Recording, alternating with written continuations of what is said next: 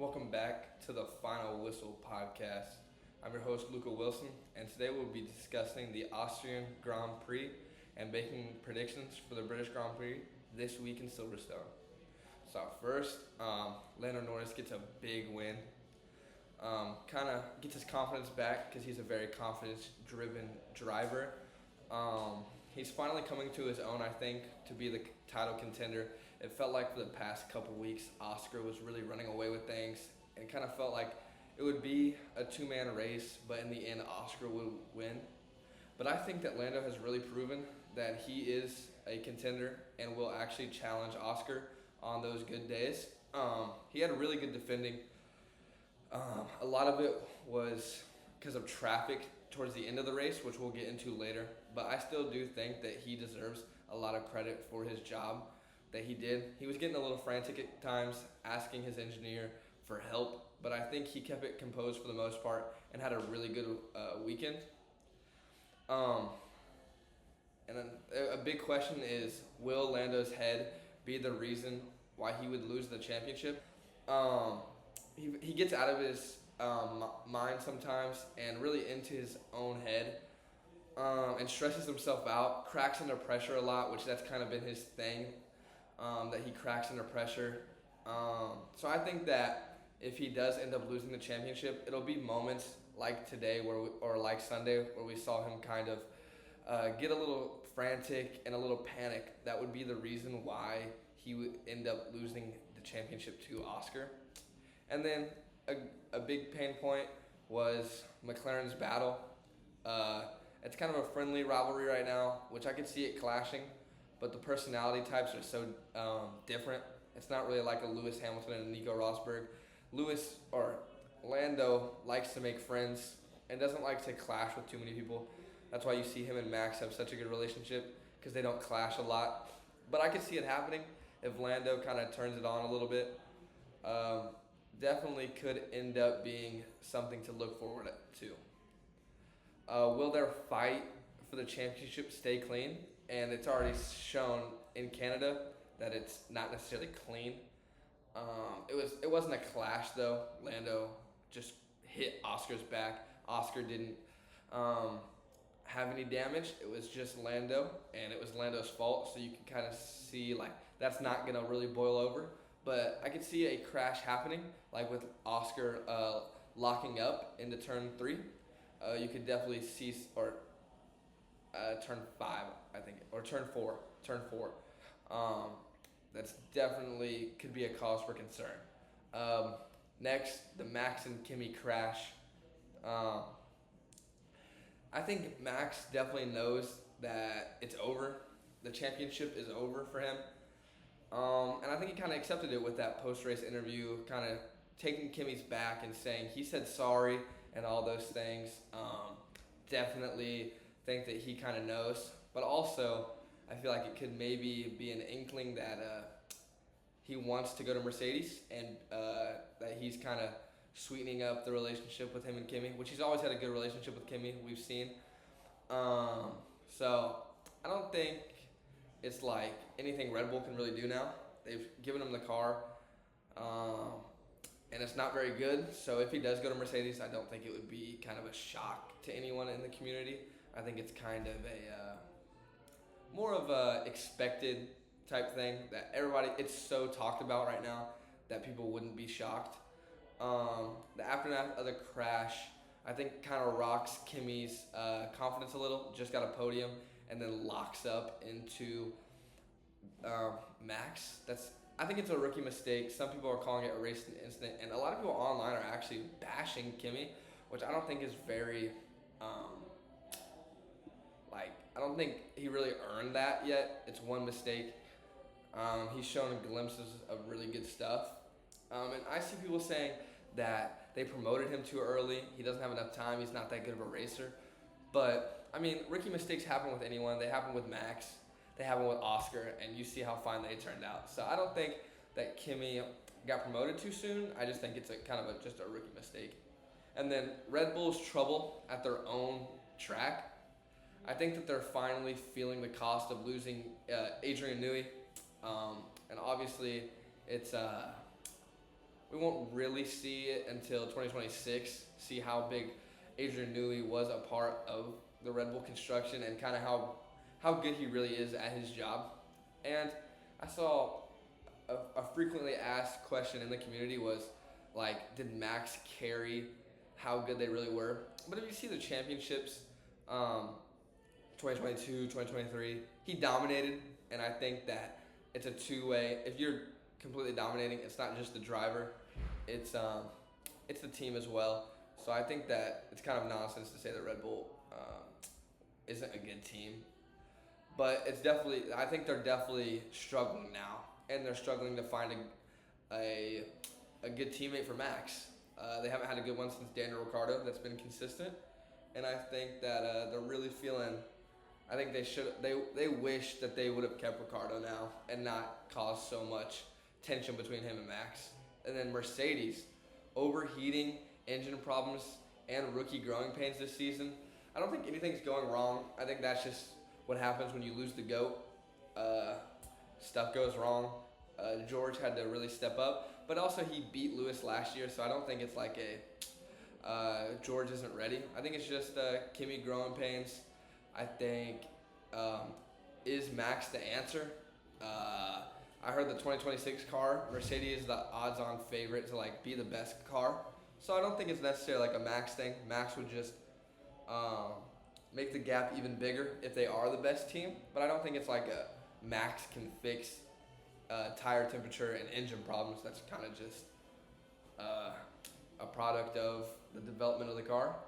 Williams, some questions going around on James Vowles, if he's a fraud or, and I don't think you can really say yet, but how long are the Williams fan base gonna keep saying they aren't focused on 2025 and wait for 2026? Soon enough, 2026 is gonna come, and reliability isn't a car development thing.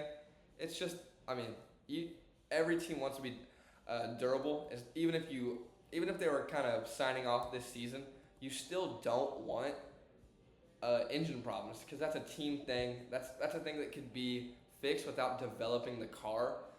So yeah, we'll see next year really. If Williams is still 5, 6, I think you could really question if James Vowles was like really the right move for Williams. But that's kind of a conversation for next year. Kind of go over that, maybe even at the end of the season. And now we'll get into some of the driver grades, 1 out of 10 for each driver this past weekend, and some will be in A's just because they didn't get a race that long. But McLaren, I give both their drivers a 10, Oscar and Lando. Oscar had some things to say about Alpine when Franco ran him off the track. I think the battle for not necessarily the back markers, but Yuki and Franco were back markers, but even Fernando and Bortoleto kind of costed Oscar from having a great attack at Lando. Lando obviously gets a 10. He was the best all weekend, didn't even practice in FP1. They had done the F2 driver drive for him, and he came in FP2 and was right on it. So I think that Lando definitely deserves the respect and the grade of a 10. And then with Ferrari, Leclerc, I think I'd give him like a 9.5. The upgrades are definitely working for Ferrari with starting 2 and 4 on the track. But I definitely think he gets a 9.5 because he had a bad start. So obviously, you have a bad start, you can't get a 10. But he was going to get passed within the first 6 laps from Oscar. So I don't think that's necessarily like you did terrible. Also my favorite driver, so I'm probably going to be a little easier on him. But the rest of the race was quality. He was very far ahead of Lewis, and Lewis was even further ahead of George. So next, Hamilton, I think he gets an 8 just because he was 10 seconds behind Leclerc. Obviously, he said that Carlos had a hard time adjusting to how Charles likes the car, and he's going to have that same trouble. But, I mean, he's the greatest of all time. He's very adaptable, so I think that he'll be fine. Just take a little bit to figure it out, but I definitely give him an 8. George, a 7. Obviously, Mercedes has the tire temperature problems, but he was 40 seconds behind Lewis, and Ferrari and Mercedes are battling for 2 and 3 in the constructors, so you can't have that type of race where he's not really charging at Lewis. Once Lewis overtook him in the first couple laps, it wasn't really like, George is fighting back. He kind of kept dropping back lap after lap. And Kimi, I didn't really know whether to give him a 0 or an NA, but I'm going to give him a 0 because it still is a rookie mistake. Like, you can't lock up and just pile drive into someone.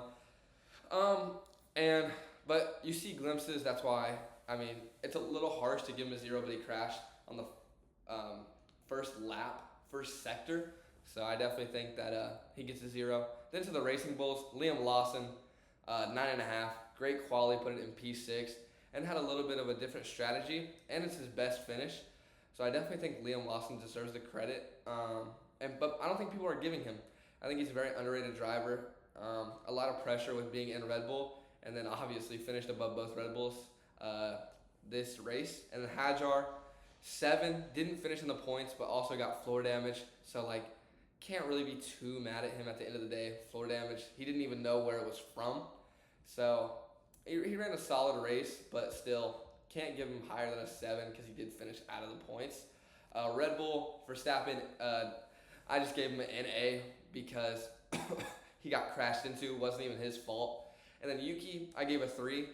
The car is undrivable, but he doesn't make a good case for himself when he got the 10-second penalty for crashing into Franco, and it's kind of reckless.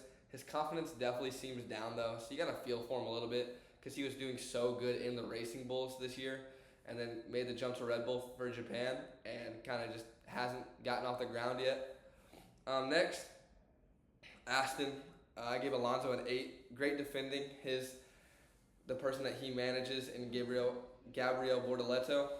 Good defending. And he was on that different strat and made it work. Put it in a nice P8. Stroll, just kind of a 5. Mid, quiet race. Not a lot to say about Stroll. Not a lot to say about Stroll. He kind of should be replaced, but there was rumors going around that Alpine is actually talking to Valtteri Bottas. I think that it would be great for Aston to get him, have him and Fernando for next year, 2 older drivers, and you know that they can compete. But also, I think Cadillac would be a cool move. But that'll be a different video talking about Cadillac. And then Saubers, Nico, a 10. He went from last to P9. What a great drive by him. And then Gabriel Bortoleto, best finish in F1. Couldn't get past his manager, Alonso. But, still, he got in Q3 in qualifying and finished in the points.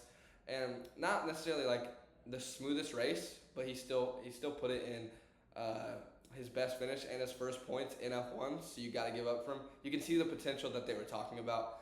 And then Haas, Akar, the crash helped him get into the points. They didn't really have pace all weekend, and I don't know if that's a car thing or just a him and Behrman thing, but it definitely was apparent that they didn't have the pace that they've had in other weekends. And then Behrman gave him a 6. He didn't finish in the points, had a pretty mid-race.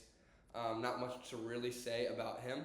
Alpine, I gave both of them a 4. Gasly ruined the Q3 for us with the crash. And then it was kind of quiet all race. Started on the softs. Complained he had no grip the whole race. But yeah. And then Colapinto, gave him a 4 as well. Was fighting for last. And then pushed Piastri off the road. So obviously as a fan, you don't want to see that. You don't want to... that doesn't want to take down his grade, but I definitely think that it's definitely something you don't want to see. And then the Williams both get NAs. Both just reliability problems. Feel bad for Carlos Sainz. He definitely hates Lewis Hamilton. And yeah, that's all of the driver ratings. Next, I'll give just a little quick predictions for Silverstone. Good surprise. Obviously, kind of just self-explanatory. I'm going with Lewis. I think he'll really pick it up. He always finishes on the podium here. Seems like he's kind of just the magical man around Silverstone. Biggest loser, I think it's Kimi. I think he's going to kind of struggle with the heat of Silverstone. And it also has the great grid penalty. So, just a double whammy there for him. Pole, I'm giving it to Lando. I think that he'll ride on the high of the Austrian Grand Prix, and he'll be home with the Lando stands cheering his name on. But then with the top 5 predictions, I have Oscar overtaking him, winning the race, and kind of spoiling it for the Britain fans. But Lando still finishing 2. I have Lewis 3rd, which I think would be a great result for them. Max 4th. Can never count Max out of the top 5. And if you're wrong with Max if he doesn't finish in the top 5, nobody will call you dumb. And then kind of a surprise P5, I have Fernando Alonso. I was going back and forth with him and George, but I really do think Mercedes struggles so much in the high temps that it will definitely cost them. I think maybe he gets 6th or 7th between him and Leclerc. But yeah, Fernando surprise P5. I think that'd be a great result for Aston and kind of just show how good he really is. But yeah, guys, that is the episode from the recap for the Austrian Grand Prix and then the predictions for Silverstone. We'll have the episode out next week talking about the British Grand Prix. And yeah, thank you guys for watching. Peace out.